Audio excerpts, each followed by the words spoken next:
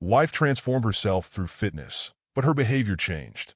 When I discovered she was unfaithful, my mom shockingly took her side and justified her betrayal.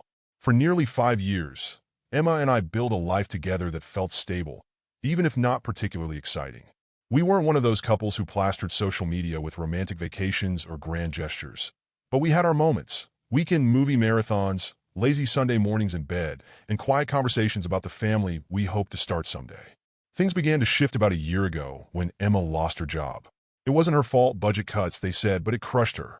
The confident, vibrant woman I married disappeared almost overnight, replaced by someone who avoided mirrors and stayed in bed until noon. She turned to comfort food, and I could see the toll it was taking, not just on her body, but on her spirit. She avoided outings with friends, stopped dressing up for anything, and barely spoke at dinner. "I feel like I've failed you," she said one night, her voice barely above a whisper. We were sitting on the couch, the TV muted in the background. She stared down at her hands, twisting her wedding ring nervously. "You haven't failed anyone," I assured her, taking her hand in mine.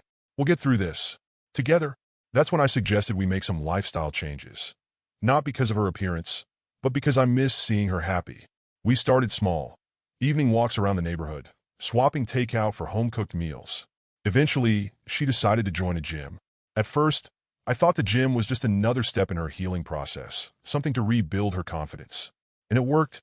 Within weeks, she seemed more energetic, more like her old self. "I feel amazing," she told me one night, grinning as she showed off her progress in the mirror. It was great to see her excited about something again. The pounds started coming off, and her confidence grew alongside the compliments she was getting, mostly from other women at the gym, or so she said. She'd come home chatting about her new friends, her face lighting up as she recounted their encouragement. But as the weeks turned into months, I noticed subtle changes in her behavior. Our evening walks became rare. She was always too tired after the gym. Date nights turned into her running late because of fitness meetups with gym friends. She started dressing differently. Fitted leggings, crop tops, bold makeup. All things she never used to wear, especially not to work out. I tried to ignore the nagging feeling in my gut. After all, wasn't this what I wanted? For her to feel confident and happy again? But something didn't sit right. The first real crack appeared when I saw her getting ready one evening. "You're wearing perfume to the gym now?" I asked, my tone light, but laced with curiosity. She didn't even look up from the mirror. "It's not a crime to want to feel good about myself." "Of course not," I said, forcing a smile. But the way she avoided my gaze stuck with me. Her newfound energy didn't extend to us. While she was thriving at the gym, she seemed more distant at home. Conversations grew shorter, filled with half-hearted responses like, "Uh-huh," or "I'm just tired." She spent more time on her phone, always texting someone, but never sharing who it was. One evening, as we were watching TV, I glanced over and saw her grinning at her phone. "What's so funny?" I asked. "Just a group chat," she said quickly, locking the screen and placing the phone face down on the coffee table. It wasn't just the secrecy. It was the way her smile vanished the moment I asked. I brushed it off at first, telling myself I was overthinking things. But the changes kept piling up. She stopped asking about my day, stopped laughing at my jokes. The intimacy we once shared, both emotional and physical, seemed to evaporate. I couldn't shake the feeling that, while she was finding herself, I was losing her. The turning point came when she started staying out later. At first, it was an hour or two, excused with, "I stayed to chat with the trainer," or "we grabbed a smoothie after class." But then it stretched into entire evenings. One night, she came home after midnight, her hair damp from a quick shower, and her gym bag slung over her shoulder. "Sorry," she said casually, kicking off her shoes. "We got caught up talking." "For 4 hours?" I asked, trying to keep my tone neutral. She shrugged. "Time flies when you're having fun, I guess." Her nonchalance infuriated me, but I didn't press further. I wanted to believe she was telling the truth, that this was just another phase in her fitness journey. But the distance between us felt more like a chasm with each passing day. Little did I know, the changes I'd encouraged, the gym, the self-confidence, the new social circle, would soon lead to the unraveling of everything I thought we'd built together. The first crack in my trust appeared quietly, almost innocently. Emma started spending more time on her phone, so much that it became impossible not to notice. She'd sit on the couch, scrolling and smiling, seemingly lost in some private world I wasn't a part of. One evening, as we were watching TV, I glanced over and saw her typing furiously, a faint grin tugging at her lips. "What's so funny?" I asked, keeping my tone light. She didn't look up. "Oh, nothing. Just gym stuff," she said, locking her phone and placing its screen down on the coffee table. It wasn't a big deal at first. Everyone texts their friends, right? But as the days passed, her behavior started to feel off. She'd laugh at texts but wouldn't share what was so funny. If I walked into the room, she'd lock her phone mid-sentence, a reflex so fast it felt practiced. One night, as we were getting ready for bed, I finally asked her, "Who are you always texting?" Her response came too casually, like she'd rehearsed it. "Just gym friends. We have a group chat." I nodded, but something about her tone didn't sit right with me. Group chat or not, why was she being so secretive? Still, I told myself not to jump to conclusions. Maybe I was just being insecure, projecting my fears on her newfound independence. But then she started coming home later and later. It began innocently enough, an hour or two after her usual gym sessions, excused by explanations like, "We stayed to chat with the trainer," or "I grabbed a smoothie with the group." At first, I didn't push. I wanted to be supportive, not controlling. But as the late nights stretched into longer absences, the unease in my chest grew. One night, she didn't get home until almost midnight. She walked in with her gym bag slung over her shoulder, her hair still damp from a shower. "Sorry I'm late," she said breezily, kicking off her sneakers. "We lost track of time talking." "For 4 hours?" I asked, my voice careful. She shrugged. "Yeah, it happens. Don't worry about it." I wanted to believe her. I really did. But the way she dismissed my question, so casual, so nonchalant, made my stomach churn. Then, one evening, I noticed her phone buzzing on the counter while she was in the shower. The screen lit up, and my heart stopped. The message preview showed a name I didn't recognize. "Jake. See you tomorrow. Can't wait to work on those squats again." I told myself it was innocent. Maybe he was just a trainer or another gym friend. But when Emma came out of the shower, I couldn't hold back. "Who's Jake?" I asked, handing her the phone. Her face didn't betray anything. She smiled and shrugged. "Oh, he's one of the trainers. Super into fitness. We've been working on my form." Something about her tone, the ease, the confidence, made me second-guess myself. Maybe it was nothing, but a small part of me couldn't let it go. That small part grew louder when I noticed Emma deleting her texts. I only realized it because I glanced at her messages while she was showing me a meme, and there was nothing recent in her chat history. Nothing from her so-called gym group. "Why are all your texts gone?" I asked her later, trying to keep the accusation out of my voice. She rolled her eyes, her expression hardening. "I delete stuff to keep my phone organized." "What's the big deal?" "The big deal," I said carefully, "is that it feels like you're hiding something." Emma's eyes narrowed, and her tone shifted from defensive to irritated. "You're being paranoid." "It's nothing." That word, paranoid, stung more than I wanted to admit. Was I overreacting? Was this all in my head? I wanted to believe her, to trust that I was making something out of nothing. But the way she dismissed my concerns, the way she flipped the blame onto me, only deepened the knot in my chest. The distance between us felt more real than ever. The late nights continued. The secretive texting didn't stop. And the excuses, smoothies, gym chats, working on form, began to sound more rehearsed than genuine. Deep down, I knew something was wrong. I didn't have proof. Not yet. But I could feel the trust between us slipping away, like sand through my fingers. Emma was changing, and I wasn't sure I'd recognize who she was when the truth finally came to light. It was nearly midnight, and I lay in bed staring at the ceiling while Emma's shower hummed in the background. The tension between us had been mounting for weeks. Each unanswered question and locked phone screen, another brick in the wall growing between us. I tried to shake the unease, telling myself that I had no concrete reason to suspect her of anything, just a gnawing feeling that something was wrong. Then her phone buzzed on the nightstand. I glanced at it without thinking, and the screen lit up with a notification. My breath caught in my throat as I read the preview. "Jake, can't wait to see you tomorrow. Last night was amazing." My mind raced. Last night? She'd come home late from the gym, claiming she'd stayed to chat with some friends. My heart began pounding in my chest as I picked up the phone. I wasn't the kind of person to invade someone's privacy, but something inside me snapped. She'd been so secretive, so dismissive of my concerns. If she wasn't going to give me answers, I'd find them myself. She hadn't changed her password. It was still the same one we'd set up years ago when we first got the phones together. The familiarity of it felt cruel as the phone unlocked, revealing a thread of messages between her and Jake. At first, I told myself it might still be innocent. Maybe they were gym partners. But as I scrolled, my stomach turned. Their conversation wasn't just friendly.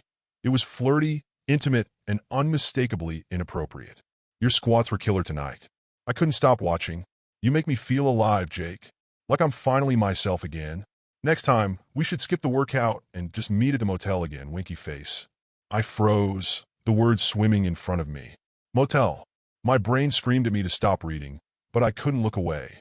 The texts weren't just flirtation. They were a timeline of betrayal.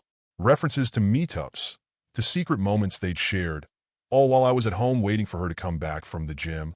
It was like the ground beneath me was crumbling, and I was powerless to stop it. When the water stopped running in the bathroom, I put the phone down, my hands shaking. I stared at the door as Emma stepped out, her hair wrapped in a towel, humming softly to herself. She didn't notice me at first. Her expression relaxed as she rummaged through her dresser. I couldn't hold it in. Who the hell is Jake? Her head snapped up, her face immediately draining of color. She froze, her hand clutching a pair of socks, and for a moment, neither of us moved. Then her eyes flicked to her phone on the nightstand, and I saw the realization dawn on her. She started, but the words caught in her throat. Don't, I said, grabbing the phone and shoving it toward her. Don't even try to lie to me. I saw the messages, Emma. I know everything. Her lips trembled, and tears began welling up in her eyes. But the look on her face wasn't guilt. It was fear. Fear of being caught. I didn't mean for this to happen, she said finally, her voice breaking. You don't understand. No, I snapped, cutting her off. What I don't understand is how you could do this to me. To us.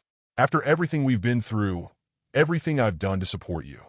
This is how you repay me. Tears spilled down her cheeks as she sank onto the edge of the bed, covering her face with her hands. I've felt so invisible, she sobbed. After I lost my job, after everything, I felt like I was fading away. Jake made me feel alive again. Her words hit me like a slap. Invisible? I'd been by her side through every struggle, every low point. I'd encouraged her to pursue her fitness journey, supported her when she felt lost, and this was the thanks I got? You felt invisible? I said, my voice shaking with anger. Emma, I've done nothing but stand by you. I gave you everything. She looked up at me, her eyes pleading.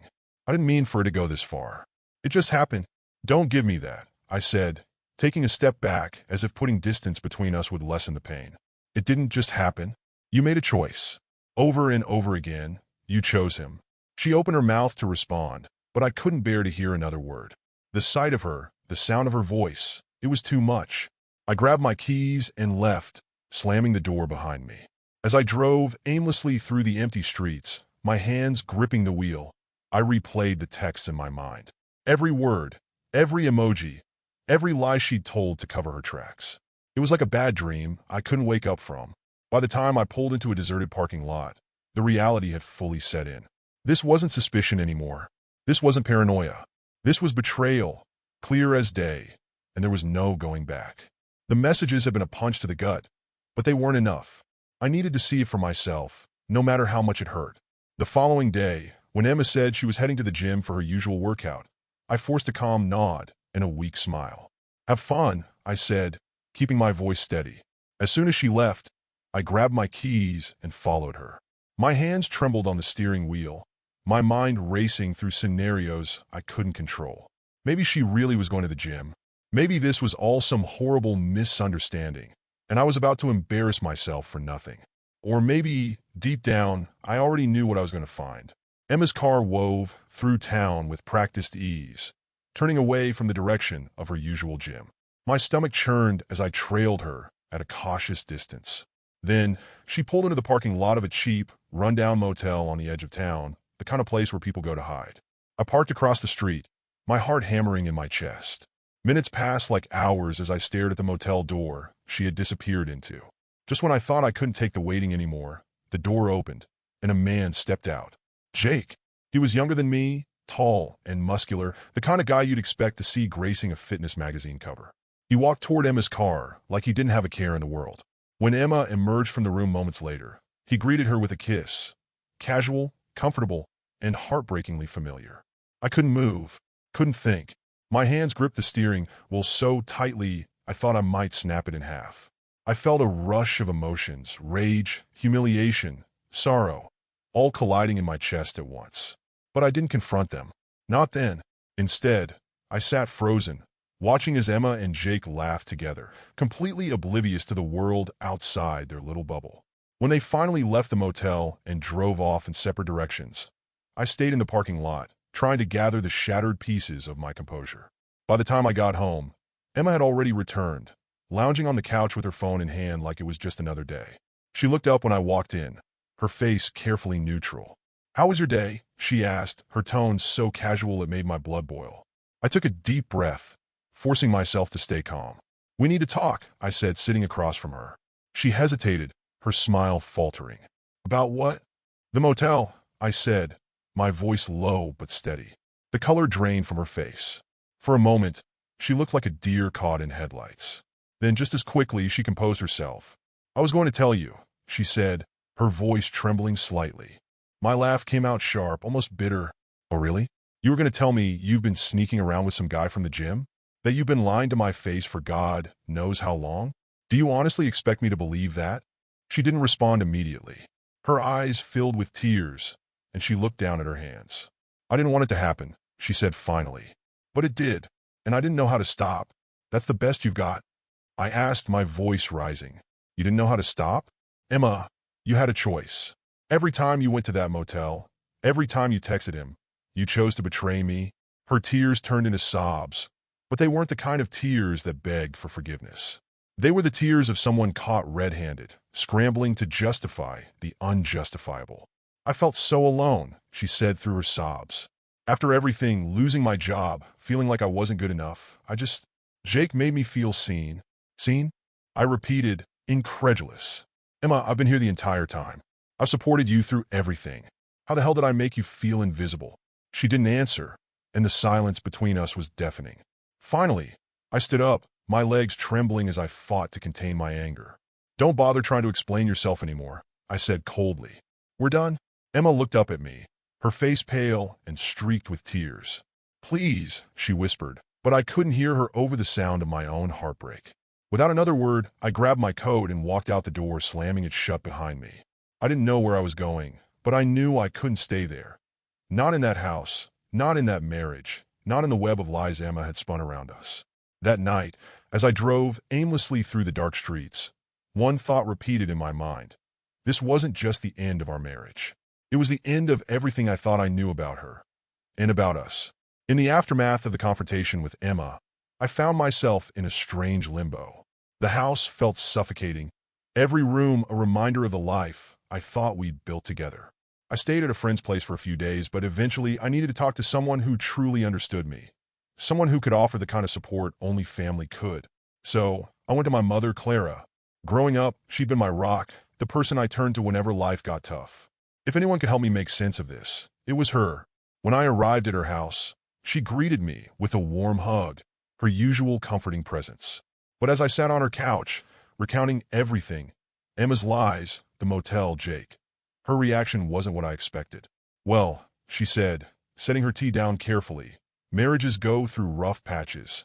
I blinked at her, waiting for her to continue, but she just gave me a small, knowing smile. "Maybe you should try to understand where she's coming from." The words hit me like a slap. I stared at her, my mind scrambling to make sense of what I'd just heard. "She cheated on me, Mom," I said, my voice rising. "How can you defend her?" Clara didn't flinch. Instead, she sighed, her expression calm, almost rehearsed. "I'm not saying what she did was right," she said. "But sometimes people make mistakes. Loyalty in long-term marriages isn't always realistic." Her tone was too measured, too personal. For the first time in my life, I felt like I didn't know her. "What are you saying?" I asked, my voice quiet now, almost afraid of the answer. She hesitated, her gaze drifting to the window. "I'm saying that maybe you shouldn't throw everything away over one mistake." "One mistake?" I repeated, incredulous. "She's been sneaking around for months. She's been lying to my face, making me feel like I was the problem while she was meeting some guy at a motel. And you want me to just... what? Forgive her? Move on?" Clara's jaw tightened, and for a moment, I thought she might argue. Instead, she stood and walked to the kitchen, busying herself with the kettle. "You're angry," she said over her shoulder. "I get that, but sometimes, in a marriage, you have to ask yourself if the good outweighs the bad. Where is this coming from?" I demanded, following her. "You're acting like this is normal." Like it's okay to betray someone as long as you call it a mistake. She didn't answer right away. Her hand shook slightly as she poured hot water into a mug. It's not about what's okay, she said finally. It's about what's realistic. The cryptic tone of her words made my stomach churn. You're speaking from experience, aren't you? I said, the realization dawning on me as soon as the words left my mouth. She froze, the mug halfway to the counter. For a long moment, the only sound in the room was the faint ticking of the clock. Mom? I pressed, my heart pounding. She set the mug down slowly and turned to face me, her expression unreadable. This isn't about me, she said softly. That's not an answer, I shot back. Are you seriously standing here defending Emma because you— Stop, she cut me off, her voice sharp. This isn't about my marriage. It's about yours. I stared at her, the pieces clicking into place in my mind. Her strange defensiveness, her cryptic comments about loyalty. It all pointed to something I hadn't wanted to consider. Does Dad know? I asked, my voice trembling. Her face paled, and for the first time, I saw a flicker of guilt in her eyes. This isn't the time to dig up the past, she said. I felt like the ground was shifting beneath me. My mother, the woman I'd always seen as the moral center of our family, wasn't who I thought she was. I can't believe this, I said, stepping back. You knew how much this would hurt me, and you still defended her. Why? Because you couldn't handle the guilt of your own mistakes? Enough, she said firmly, but her voice cracked. You don't understand what it's like to be in a marriage for decades, to feel trapped, to make choices you regret but can't take back. Her words only deepened the ache in my chest. You're right, I said bitterly. I don't understand, and I don't think I ever want to. I left her house that day, my mind a storm of emotions. Anger, betrayal, confusion. Emma's infidelity had shattered my marriage, but Clara's words had done something worse. They made me question everything I thought I knew about the people closest to me. As I drove away, I couldn't shake the feeling that this was only the beginning of a much darker truth. After my conversation with Clara, I couldn't let it go. Her cryptic words replayed in my mind, their weight growing heavier with each passing day. Loyalty in long-term marriages isn't always realistic. You don't understand what it's like to feel trapped. The more I thought about it, the more it felt like she wasn't just speaking hypothetically. She was confessing. I started digging through old photo albums, flipping through snapshots of my childhood. My parents had always seemed happy in the pictures, but now, looking at them with fresh eyes, something felt staged. My father, Robert, had the same tired smile in every photo, while Clara's expression seemed strained, like she was holding something back. Then there were the little things I'd never questioned before. The way I didn't quite resemble my father. The offhand comments from relatives about how much I looked like that friend of Clara's from back in the day. At the time, they'd seemed like jokes, harmless observations. Now, they felt like breadcrumbs leading to a truth I wasn't ready to face. One night, unable to sleep, I did something impulsive. I ordered a DNA test. It wasn't something I'd ever considered before, but Clara's behavior had shaken me to my core. If there was even a chance that she'd been hiding something this big, I needed to know. The test results arrived 2 weeks later. I'd almost forgotten about them by then, caught up in the chaos of my crumbling marriage. When I opened the envelope, I skimmed the report, my eyes darting past the medical jargon until I reached the key line. Paternity inconclusive. No biological relation detected. My hands shook as I read it again, and then again, as if the words might change. But they didn't. It was there in black and white. Robert wasn't my biological father. I sat down hard, the room spinning around me. Questions flooded my mind. Who was my father? Did Robert know? Did Clara know? And why had she kept this from me for so long? I didn't think. I just acted. I grabbed my phone and called Clara. She answered on the second ring, her voice cautious. Hello. Who is my father? I demanded, skipping any pretense of small talk. There was a long silence on the other end. What are you talking about? She said finally, but her voice wavered. Don't lie to me, Mom, I snapped. I did a DNA test. Dad isn't my biological father. So tell me the truth. Who is? Another silence, longer this time. When she spoke again, her voice was barely above a whisper. I didn't think you'd ever find out. The admission hit me like a freight train. I gripped the edge of the table, trying to steady myself. How long? I asked, my voice shaking. I had an affair, she said finally. It was decades ago, before you were born. Your father and I were going through a rough patch, and I made a mistake. A mistake? I repeated bitterly. You cheated on him? had a child, and lied about it for my entire life. That's not a mistake, Mom. That's a choice. She started crying, but I couldn't bring myself to feel sympathy. Who is he? I asked again. Do I know him? No, she said quickly. He moved away years ago. He doesn't even know about you.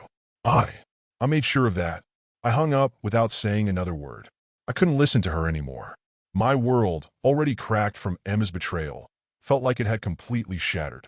Telling Robert was the hardest thing I've ever done. I drove to his house the next day, the DNA results folded neatly in my jacket pocket.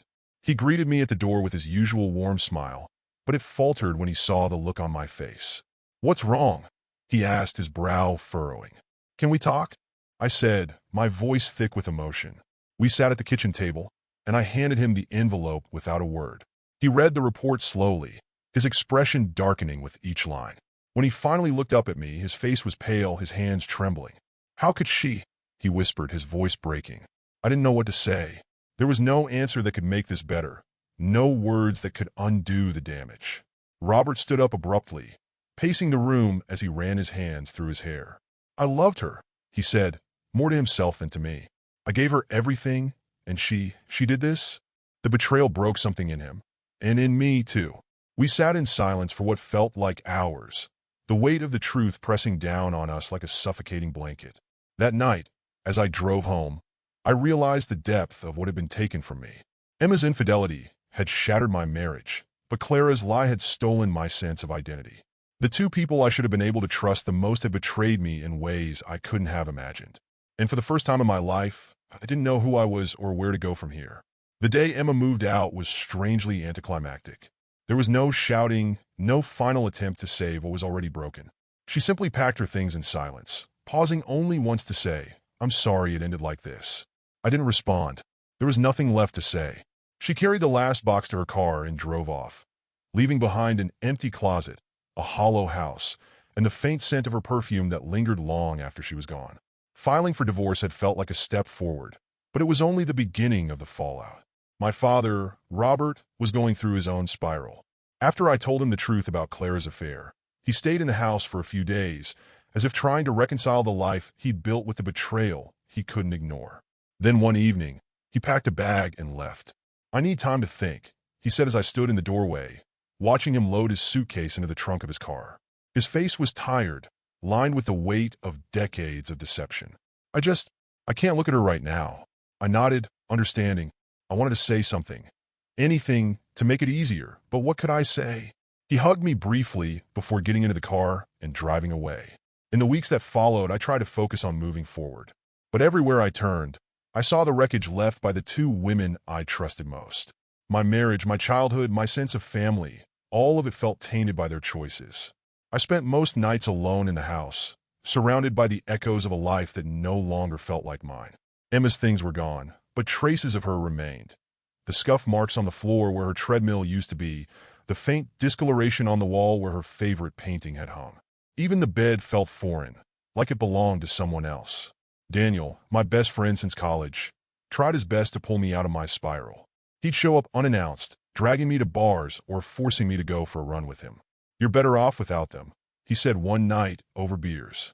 Emma, Clara, none of them deserve your energy. Focus on yourself, man. His words were meant to help, but they felt hollow. How do you focus on yourself when you're not even sure who you are anymore? I tried to explain it to him once, but he just shook his head. You're overthinking it, he said. You're free now. Do whatever you want. But freedom wasn't what it felt like. It felt like being untethered, floating aimlessly without direction. The divorce proceedings were surprisingly civil. Emma didn't contest anything. She seemed resigned to the fact that there was no salvaging what we'd had. Clara, on the other hand, was relentless in her attempts to reconcile with Robert, and with me. She called me almost daily, leaving long, tearful voicemails. I know I hurt you, she said in one message, her voice cracking. But I'm still your mother. Please don't shut me out. I deleted them without responding. I couldn't face her, not yet. The wound was still too fresh, the betrayal too raw. Every time I thought about the years of lies, the birthdays and holidays spent under the illusion of a perfect family, it made me sick. Robert and I talked occasionally, but it was clear he was struggling just as much as I was. I keep wondering if it was all a lie, he said during one of our phone calls. Our marriage, our life, even you. Dad, I'm still your son, I said, my voice firm. She lied to both of us, but that doesn't change what we've had. He sighed heavily. I know. It's just hard to accept. Hard didn't even begin to cover it. I found myself replaying conversations and moments from my childhood, searching for clues I'd missed. Had Clara ever loved Robert? Had she ever loved me? Or was it all just part of the facade she'd built to cover her tracks? The questions kept me awake at night, my mind spinning in circles I couldn't escape. I wanted answers, closure, something to make sense of the chaos. But deep down, I knew there were no answers that would undo the damage. One night, as I sat in the empty living room, staring at the blank TV screen, I realized I was waiting for what I didn't know. Maybe for the pain to subside, or for life to make sense again. But the waiting felt endless, and I wasn't sure if I'd ever truly move forward. It was ironic how, in the wreckage of everything, my father and I found a new connection. Before all this, our relationship had been solid but distant. He was the kind of dad who showed love in quiet ways, a pat on the back and nod of approval, but we never really talked. Now we were both adrift in the same storm, and somehow that brought us closer. We started meeting every Thursday at a small diner halfway between his rental apartment and my house. At first, the conversations were awkward, mostly about logistics, how the divorce proceedings with Clara were going, how he was adjusting to living alone. But over time, we started opening up about the deeper stuff, the kind of feelings neither of us had ever been comfortable expressing. I feel like my whole life was a lie, he said one night, stirring his coffee absently. His hands, normally steady, trembled slightly as he spoke. Everything I thought I knew about your mother, about our family, gone. Just like that, I nodded, understanding his pain all too well. Yeah, I said quietly. It's hard to know what's real anymore. He looked at me, his expression heavy with sadness. At least we've got each other, he said, his voice tinged with a mix of hope and resignation. I wanted to agree with him, to tell him that our bond was enough to anchor me. But the truth was, I felt more isolated than ever. The betrayals from Emma and Clara had left me questioning everyone and everything. Trust felt like a foreign concept, something I couldn't reach no matter how hard I tried. Even my friends didn't know how to handle me anymore. Daniel still checked in occasionally, dragging me out for beers or a quick run, but there was a hesitation in his voice that hadn't been there before, like he didn't know what to say or how to help. Others drifted away completely. I'd catch whispers of awkward sympathy at gatherings or notice the way conversations would shift when I entered the room. I couldn't blame them. My life had turned into a soap opera, and most people didn't know how to handle that kind of chaos. Meanwhile, Emma was thriving, or at least that's how it seemed. Mutual friends occasionally mentioned her new life, her continued fitness journey, and how she'd moved into an apartment closer to the city. I tried not to let it bother me, but the thought of her moving on so easily stung. Clara, on the other hand, was relentless in her attempts to reconcile. She called me almost daily, leaving tearful voicemails that ranged from apologies to pleas for forgiveness. I know I made mistakes, she said in one message, her voice cracking. But you're my son. I can't lose you over this. Each time, I deleted the message without listening to the rest. I wasn't ready to face her. Maybe I never would be. The weight of her betrayal felt too heavy to lift, and every time I thought about her lies, it reignited the anger simmering in my chest. One Thursday, as my father and I sat in our usual booth at the diner, he said something that stuck with me. You know, he began, staring into his coffee. I keep thinking about the early days with Clara. How happy we were. I thought we were building something real, something lasting. And now, his voice trailed off, and he shook his head. I don't even know if she loved me at all. She probably did, I said, though I wasn't sure if I believed it. Maybe just not in the way you thought. He looked up at me, his eyes filled with a sadness I couldn't bear to see. Is that better or worse? I didn't have an answer. That night, as I drove home, I replayed his words in my head. I thought about Emma, about Clara, about the lies and the secrets that had shattered our lives. Was it better to believe they'd loved us in some flawed, imperfect way? Or was it worse to admit that their love, if it ever existed, had been eclipsed by their selfishness? The question lingered unanswered as I pulled into my driveway and stepped into the quiet, empty house. Therapy wasn't something I ever thought I'd need. Before all of this, I consider myself a pretty grounded person. Life had its ups and downs, but I handled them like anyone else. But after Emma's betrayal, after Clara's lies, I wasn't the same. I felt like I was walking around in someone else's life, disconnected from myself and everything I used to care about. My therapist, Dr. Patel, was kind but firm. She didn't sugarcoat things, which I appreciated. "You've been through a lot," she said during our first session. "But healing isn't about fixing everything overnight. It's about taking small, manageable steps forward." She encouraged me to focus on the basics. Getting out of bed, going to work, eating regularly. "Small victories add up," she said. And while it felt hollow at first, I started to see her point. There were days when just showing up to work felt like an accomplishment. And for now, that had to be enough. Setting boundaries was another thing she emphasized, especially when it came to Emma and Clara. That was easier said than done. Emma sent me an email one night, a long, rambling message apologizing for everything. She said she regretted what she'd done and hoped we could stay friends. I read it once, and then again, trying to understand what she thought we could salvage. Friends? How could I ever be friends with someone who had torn my life apart?